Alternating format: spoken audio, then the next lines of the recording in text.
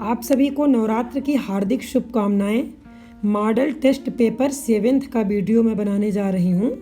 आप ये वीडियो देखिए। गोरख जगायो जोग भगति भगायो भोग किस कवि की उक्ति है? ये किस कवि की उक्ति है? तो ये तो सभी को पता होगा, कबीर दास जी की है। ठीक है, मैं ज़्यादा समय न लेते हुए चल रही हूँ।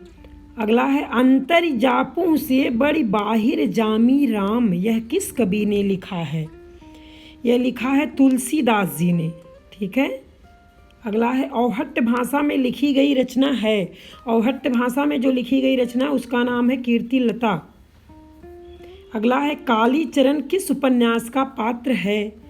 कालीचरण किस उपन्यास का पात्र है? तो मैला आंचल का पात्र है। ठीक है, ये सब नहीं है। साहित्य अकादमी पुरस्कार किस लेखक को मिला? साहित्य अकादमी पुरस्कार जो मिला था वो अरुण कमल जी को मिला था। ठीक है। अगला है, साहित्य को सभ्यता समीक्षा किस साहित्यकार ने कहा? तो ये कहा है गजानन माधव मुक्तिबोध ने। ठीक। अगला है, साधारणीकरण आलम्बनत्व धर्म का होता है, किसने कहा है? ये किसने कहा है? तो नंद दुलारे वाजपेयी जी ने नहीं कहा, हजारी प्रसाद द्विवेदी ने भी नहीं कहा और नगेंद्र ने भी नहीं कहा है। ये जो साधारणीकरण आलम्बनत्व धर्म का होता है, ये जो है आचार्य रामचंद्र शुक्ल जी ने कहा है। ठीक है। भट्टनायक के अनुसार साधारणीकरण के लिए भोजकत्व व्यापार अनिवार्य था। ठीक है। और प्राचीन भारतीय साहित्य के संदर्भ में साधारणीकरण रस निष्पत्ति की वह स्थिति है जिसमें दर्शक या पाठक कोई अभिनय देखकर या काव्य पढ़कर उससे तादात्म्य स्थापित करता हुआ उसका पूरा लाभ उठाते थे। ठीक है। अब अगला है, जल डमरू मध्य किसकी रचना है? जल डमरू मध्य किसकी रचना है? तो ये उदय प्रकाश की नहीं है, संजीव की भी नहीं, स्वयं प्रकाश की भी नहीं है। ये जो जल डमरू मध्य है, अखिलेश जल डमरू मध्य अखिलेश सर की है। ये इनकी कहानी है। ठीक है। इसमें कहानी में है, कौशल्या का कहना जारी था, गांव में चाची की मौत हुई, ये रोए नहीं, आंगन में चाची की लाश पड़ी थी, पुरखों का मकान ढह गया था, मगर इनकी आंख में एक बूंद आंसू नहीं। ठीक है। ये जो है जल डमरू मध्य अखिलेश की कहानी है। ठीक है। ये कहानी में ये सब पात्र हैं। ठीक। अगला है, जूठन किस दलित लेखक की आत्मकथा है? जूठन किस दलित लेखक की आत्मकथा है? तो वो है ओम प्रकाश वाल्मीकि जी की। इनमें कौन सा उपन्यास वृंदावन लाल वर्मा द्वारा नहीं लिखा गया है? ये बताना है कौन सा उपन्यास वृंदावन लाल वर्मा द्वारा नहीं लिखा गया। ठीक है। नहीं पूछा गया तो गढ़ कुमार तो है इनका, झांसी की रानी भी है। ठीक है। ये जो है अमरबेल भी है इनकी। ठीक है। ये नाना फडणवीस नहीं है। अगला है, भारत में प्रगतिशील लेखक संघ का प्रथम अधिवेशन किस शहर में हुआ? तो ये हुआ था लखनऊ में। अगला, सरस्वती पत्रिका का प्रकाशन किस सन में प्रारंभ हुआ था? सरस्वती पत्रिका का प्रकाशन जो हुआ था 1900 ईस्वी में हुआ था। अगला है, माइकल मधुसूदन दत्त की कृति मेघनाथ वध के हिंदी अनुवादकर्ता कौन है? हिंदी अनुवादकर्ता कौन है ये बताना है। ठीक है। तो हिंदी अनुवादकर्ता जो थे वो मैथिली शरण गुप्त जी थे। ठीक है। अगला प्रश्न है, निम्नलिखित उपसर्ग से कौन सा शब्द निर्मित हुआ?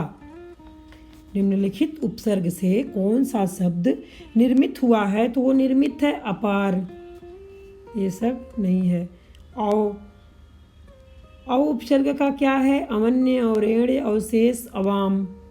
ठीक है। तो ये अवशेष है उपसर्ग। आ का क्या होगा? आराम, आम, आवरण, आखेट। आ का होगा आवरण। ठीक है। अगला है, शु का क्या होगा? स्वागत। शुआ, स्वाद, स्वमेव नहीं होगा। अगला है, दू का क्या होगा? दुबला, दुर्बल, दुष्कर, दुस्साहस नहीं है। अगला है, जाके प्रिय राम वैदेही पंक्ति तुलसीदास के किस काव्य से उद्घृत है? तुलसीदास के किस काव्य से उद्घृत है? तो ये विनय पत्रिका से उद्घृत हुआ है।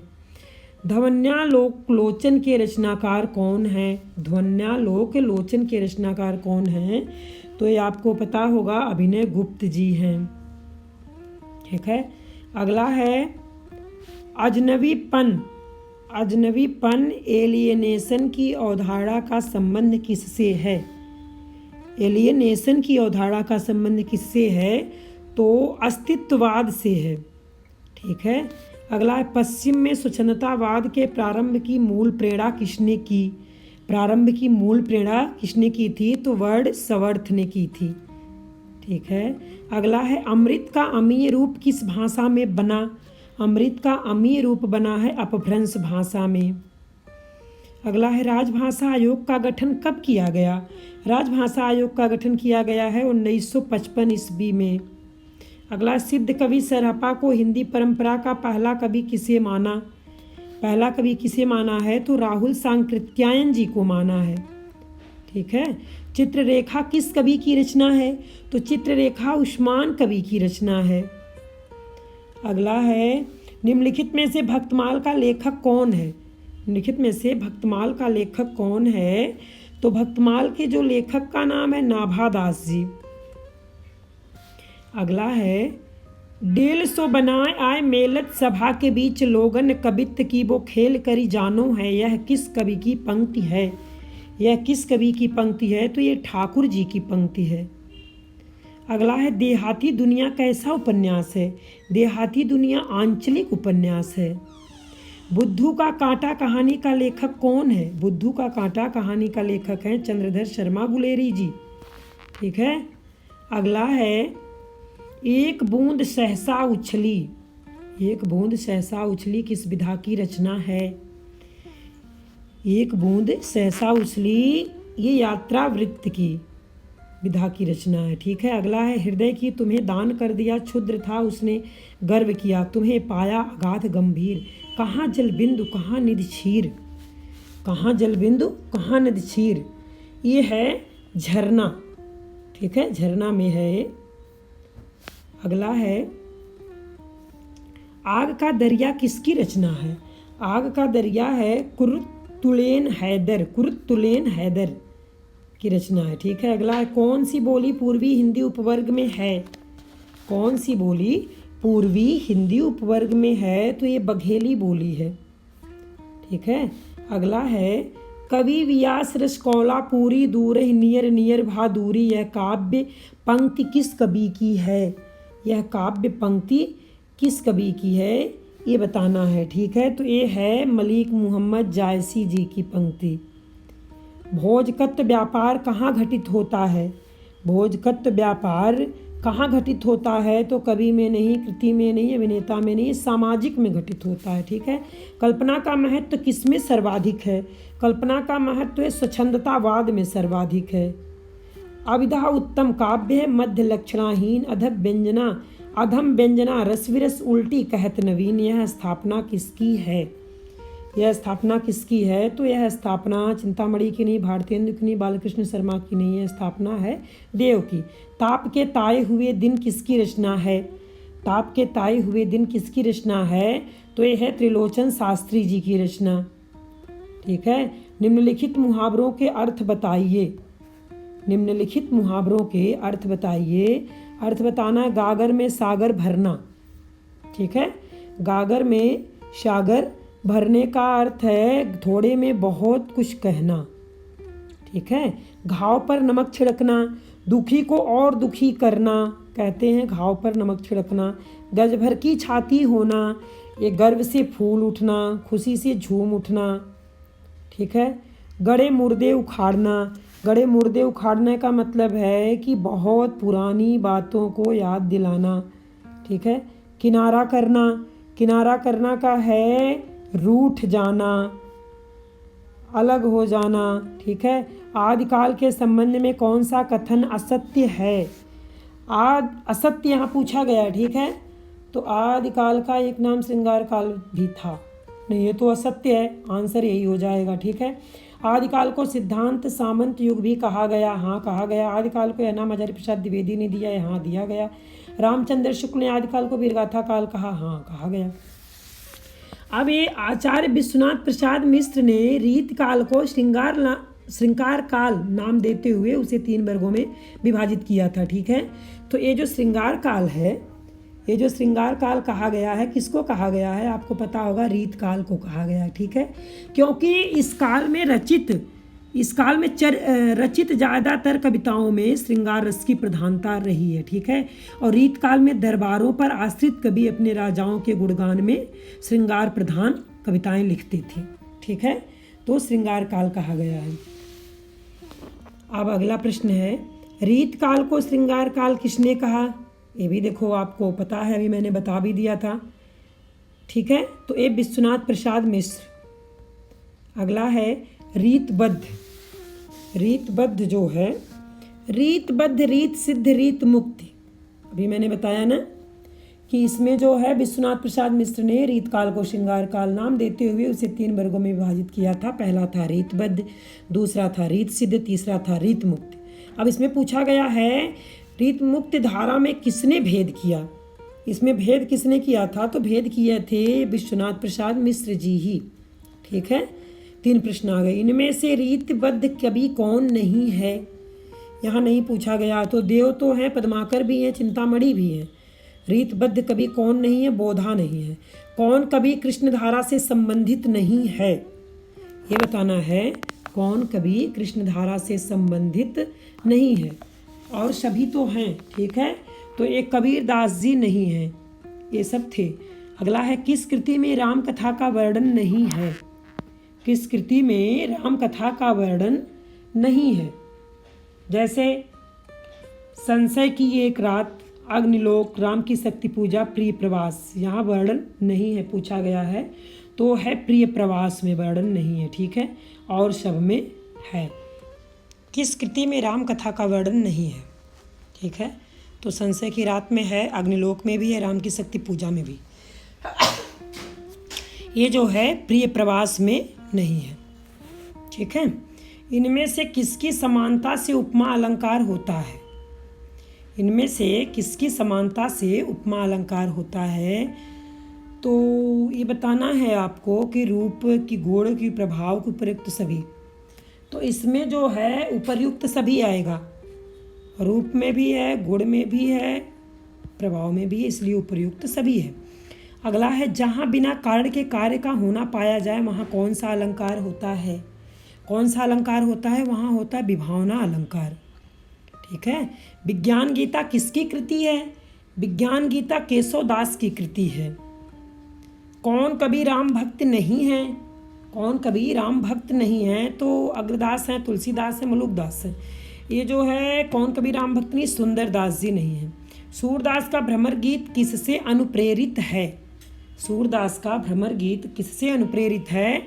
तो ये श्रीमद् भागवत से अनुप्रेरित है। ठीक है, अगला है, भारतीय नाट्य अकादमी कहाँ स्थित है? भारतीय नाट्य अकादमी जो स्थित है वो दिल्ली में स्थित है। अगला है, निम्नलिखित शब्दों के विलोम शब्द बताइए। कायर का विलोम शब्द क्या होगा? कायर का विलोम शब्द होगा वीर। ठीक है, कृष का विलोम शब्द क्या होगा? कृष का विलोम शब्द है हृष्ट पृष्ठ, हिष्ट पुष्ट। ठीक है, अगला है कुटिल। कुटिल का विलोम शब्द क्या होगा? कुटिल का विलोम शब्द होगा सरल। कुटिल का विलोम शब्द सरल होगा। कुटिल मतलब क्या होता है? जटिल। ठीक है, कुटिल व जटिल दोनों का विलोम होगा सरल। ठीक है, और कुटिल मतलब क्या है? टेढ़ा, छली, चालबाज। ठीक है, टेढ़ा और छली, चालबाज, ये मतलब होगा कुटिल का। और इनका विलोम शब्द जो होगा वो सरल होगा। जटिल का भी सरल होगा, कुटिल का भी सरल होगा। अगला है गुप्त। गुप्त का विलोम शब्द क्या है? गुप्त का विलोम शब्द है, ये जो है प्रकट। मुखर नहीं है, व्यक्त भी नहीं है, स्पष्ट भी नहीं है, प्रकट है। ठीक है, अगला है खंडन। खंडन का विलोम शब्द क्या है? खंडन का विलोम शब्द है मंडन। ठीक है, अगला है, तांबे के कीड़े किसकी कृति है? तांबे के कीड़े किसकी कृति है? तो भुवनेश्वर जी की कृति है। अगला है, कवि स्वयंभू किस भाषा के कवि हैं? कवि स्वयंभू किस भाषा के कवि हैं? तो अपभ्रंश भाषा के कवि हैं। हंस पत्रिका के संस्थापक संपादक कौन थे? हंस पत्रिका के संस्थापक संपादक कौन थे? प्रेमचंद्र जी थे। अगला है पश्चिमी हिंदी के अंतर्गत कौन सी भाषा आती है? कौन सी भाषा आती है? तो आती है ब्रज भाषा। ठीक है। अगला है डी.एच. लॉरेंस किस सिद्धांत के प्रवर्तक हैं? डी.एच. लॉरेंस किस सिद्धांत के प्रवर्तक हैं? तो शैली सिद्धांत के प्रवर्तक हैं। अलंकार संप्रदाय के प्रवर्तक कौन थे? अलंकार संप्रदाय के प्रवर्तक हैं भामा। ये सब नहीं है। वक्रोक्तिवाद के जनक कौन थे? वक्रोक्तिवाद के जनक कौन थे? कुंतक। ठीक है। अगला है आषाढ़ का एक दिन के लेखक कौन है? आषाढ़ के एक दिन के लेखक कौन है? मोहन राकेश जी हैं। अगला है हिंदी में प्रतीक का प्रयोग सर्वप्रथम किसने किया? हिंदी में प्रतीक का प्रयोग सर्वप्रथम रामचंद्र शुक्ल जी ने किया है। अगला है हिंदी में मिथक शब्द का प्रयोग किसने किया? हिंदी में मिथक शब्द का प्रयोग किया गया है नंद दुलारे वाजपेयी ने किया है। रसिक संप्रदाय के संस्थापक कौन हैं? रसिक संप्रदाय के संस्थापक कौन हैं? तो ये बताना है आपको। अग्रदास है, चक्रधर हैं कि विष्णु स्वामी है कि निम्बकार्य हैं? तो रसिक संप्रदाय के जो संस्थापक हैं वो अग्रदास जी हैं। अगला है अंधेरे बंद कमरे कौन सी विधा में है? अंधेरे बंद कमरे कौन सी विधा में है? ये बताना है। ठीक है। तो ये है अंधेरे बंद कमरे उपन्यास विधा में है। ठीक है। अगला है एक पतंग अनंत में किसके अंतर्गत आती है? ये कविता के अंतर्गत आती है। ये नाटक कहानी उपन्यास के अंतर्गत नहीं आती। 9 रसों में 9वां रस है। 9 रसों में 9वां रस का नाम क्या है? 9वें रस का नाम है शांत रस। अगला है किस भाव को व्यभिचारी भाव कहा जाता है? किस भाव को व्यभिचारी भाव कहा जाता है? तो संचारी भाव को कहा जाता है। अगला है हाय रुक गया यही संसार बना सिंदूर अनलंगार पंक्ति में कौन सा रस है? पंक्ति में कौन सा रस है? तो करुण रस है। अगला है किस आचार्य ने सौंदर्य को ही अलंकार माना है? किस आचार्य ने सौंदर्य को ही अलंकार माना है? तो वो वामन ने माना है। अगला है लाज की मादक सुरासी लालिमा पंक्ति में अलंकार है। सुरासी लालिमा पंक्ति में कौन सा अलंकार है? उपमा अलंकार है। अगला त्यों त्यों प्योसोई रहत ज्यों ज्यों पियत अघाय पंक्ति में अलंकार है। पंक्ति में अलंकार है। कौन सा अलंकार है? विरोधाभास अलंकार है। अगला पृथ्वीराज विजय किसकी रचना है? पृथ्वीराज विजय किसकी रचना है? तो ये पृथ्वीराज विजय जो है जयानक की रचना है। चंद्रबरदाई कबीरदास डॉक्टर वूलर नहीं है। ठीक है। ये पृथ्वीराज विजय की रचना कश्मीरी कवि हैं, ये इतिहासकार जयानक ने की थी। कश्मीरी कवि हैं, इतिहासकार जयानक ने की थी पृथ्वीराज विजय की रचना। ठीक है। यह संस्कृत में लिखा गया एक महाकाव्य है। यह भारतीय चाहमान राजा पृथ्वीराज तृतीय के जीवन पर आधारित है। पृथ्वीराज तृतीय को स्थानीय लोक कथाओं में पृथ्वीराज चौहान के नाम से जाना जाता है। ठीक है। तो ये जो है अगला प्रश्न देखते हैं। ये तो हो गया। ठीक है। अगला है वीर बाहुबली रास किसकी रचना है? वीर बाहुबली रास किसकी रचना है? तो ये सालभद्र शूरी की है। अगला है वल्लभाचार्य किस संप्रदाय के जनक हैं? शुद्धाद्वैतवाद के जनक हैं। वल्लभाचार्य किस संप्रदाय के जनक हैं? तो शुद्धाद्वैतवाद के जनक हैं। ठीक है। अगला है ये सब नहीं है। अगला है भारतेंदु हरिश्चंद्र शीर्षक नाम से निबंध किस निबंधकार ने लिखा? किस निबंधकार ने लिखा है? तो उन निबंधकार का नाम है रामचंद्र शुक्ल जी। संदेश रासक किसकी रचना है? तो संदेश रासक है अब्दुल रहमान की रचना। मल्लिका किस नाटक की स्त्री पात्र है? तो मल्लिका ये आषाढ़ का एक दिन, ठीक है, पात्र है। आह वेदना मिली विदाई गीत किस नाटक में है? ये स्कंद गुप्त में है। ठीक है। अगला है पगाल घोड़ा किस साहित्य से अनुदित नाटक है? पागल घोड़ा होगा। ठीक है। किस साहित्य से अनुदित नाटक है? तो ये बताना है बंगला साहित्य से है। ठीक है। गद्य कवियों की कसौटी है तो निबंध गद्य की कसौटी है किसका कथन है? ये कथन है रामचंद्र शुक्ल जी का। अगला है कामायनी में वासना सर्ग के बाद कौन सा सर्ग आता है? तो चिंता सर्ग नहीं, काम सर्ग नहीं, इड़ा सर्ग नहीं। कामायनी में वासना सर्ग के बाद लज्जा सर्ग आता है। ठीक है। अगला है दक्षिण में हिंदी भाषा के क्षेत्र में किसने प्रचार किया? किसने प्रचार किया? राजगोपालाचारी, जवाहरलाल नेहरू, नरसिम्हा राव की महात्मा गांधी? ये बताना है। तो दक्षिण में हिंदी भाषा के क्षेत्र में जो प्रचार किए हैं वो महात्मा गांधी जी किए हैं।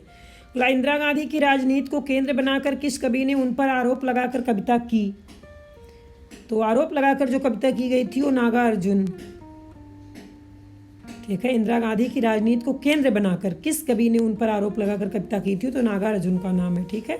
अगला अष्टछाप की स्थापना किसने की? अष्टछाप की स्थापना किया था विट्ठल दास जी ने।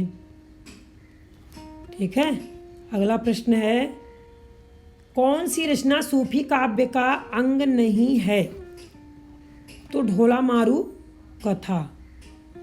ठीक है। कौन सी रचना सूफी काव्य का अंग नहीं है? तो ढोला मारू कथा नहीं है, चित्रावली है, इंद्रावती, मृगावती है। अगला है नील देवी नाटक का लेखक कौन है? नील देवी नाटक के लेखक का नाम है हरीशचंद्र जी। अगला है पथिक किसकी रचना है? पथिक किसकी रचना है? तो ये पता होगा वैसे, राम नरेश त्रिपाठी जी की रचना है। लोकायतन किसकी रचना है? ये भी पुराना है, सुमित्रा नंदन पंत जी की रचना है। संसद से सड़क तक किसकी कविता है?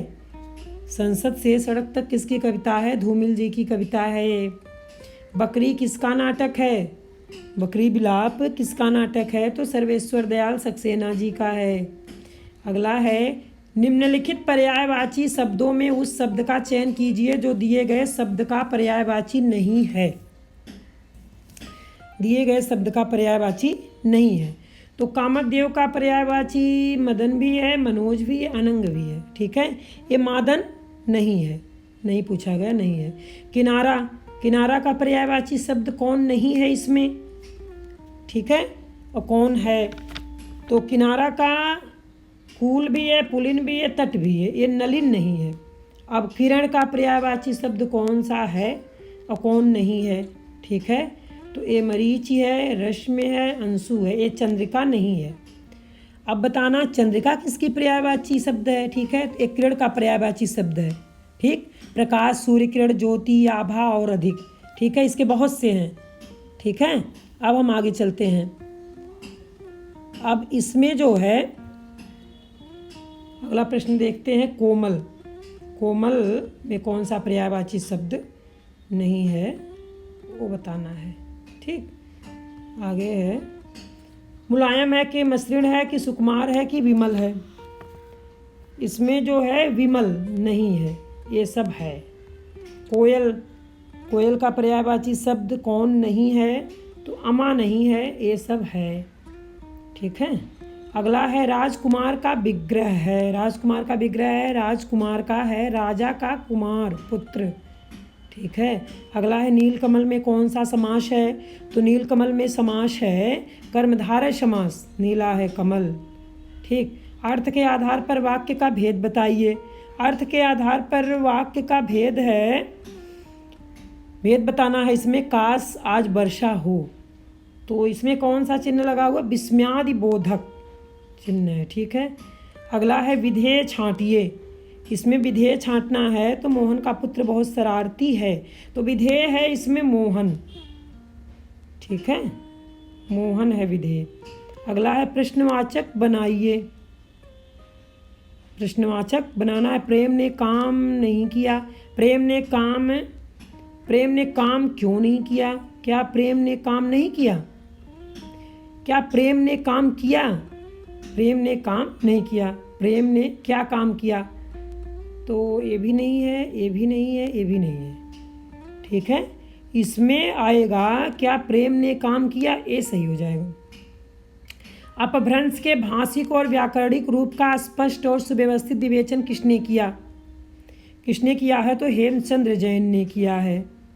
अगला है आदिकाल में चरित काव्य सर्वाधिक किस साहित्य में रचे गए? किस साहित्य में रचे गए हैं ये बताना है। ठीक है। तो किस साहित्य में रचे गए? जैन साहित्य, रासो साहित्य, नाथ साहित्य, सिद्ध साहित्य। ये जो रचे गए हैं वो जैन साहित्य में रचे गए हैं। काव्य अलंकार सूत्र वृत्ति किसकी रचना है?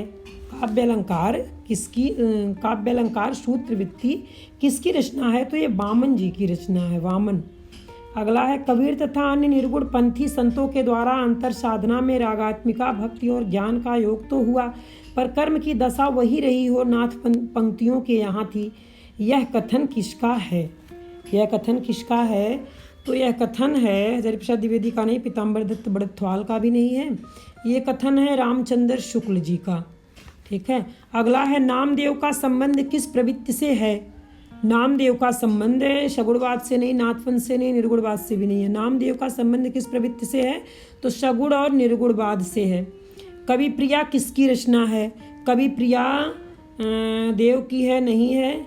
कवि प्रिया किसकी रचना है ये बताना है।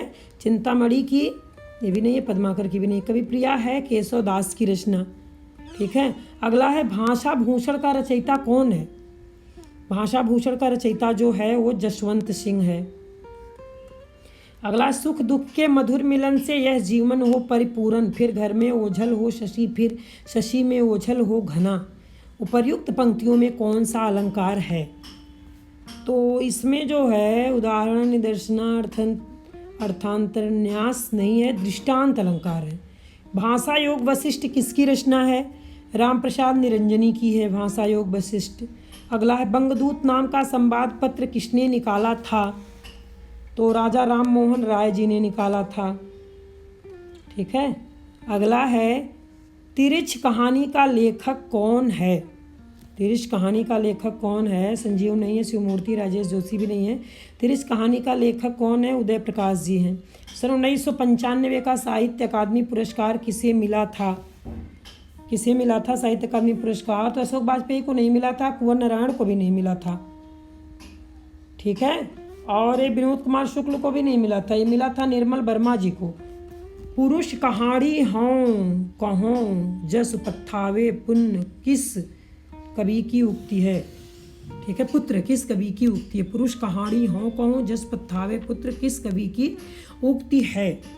तो ये है चंद्रवरदाई जी की। ठीक है। चंद्रवरदाई जी की है। आज का वीडियो मैं यहीं समाप्त करती हूँ। अगले वीडियो में मैं फिर मिलूँगी, तब तक के लिए धन्यवाद।